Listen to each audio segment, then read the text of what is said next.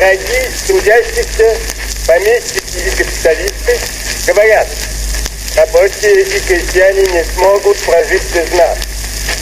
Без нас некому будет установить порядка, распределить работу, принудить к труду.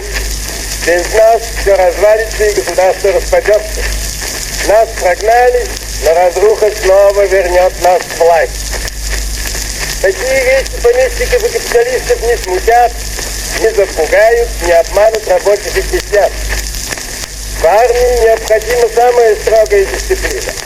И однако сознательные рабочие сумели объединить крестьян, сумели взять себе на службу старых царских офицеров, сумели создать победоносную армию.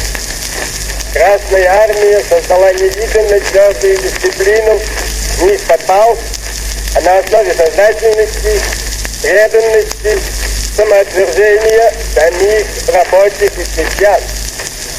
И вот, чтобы навсегда спасти трудящихся от гнета помещиков и капиталистов, от восстановления их власти, надо создать великую Красную армию труда.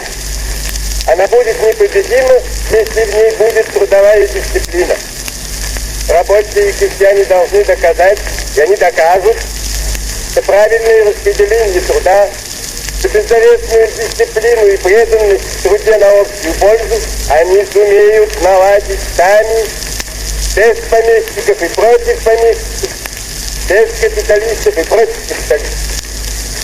Трудовая дисциплина, естественная энергия в труде, готовность на самопожертвование, честный союз крестьян с рабочими — вот что спасет трудящихся навсегда от гнета помещиков и капиталистов.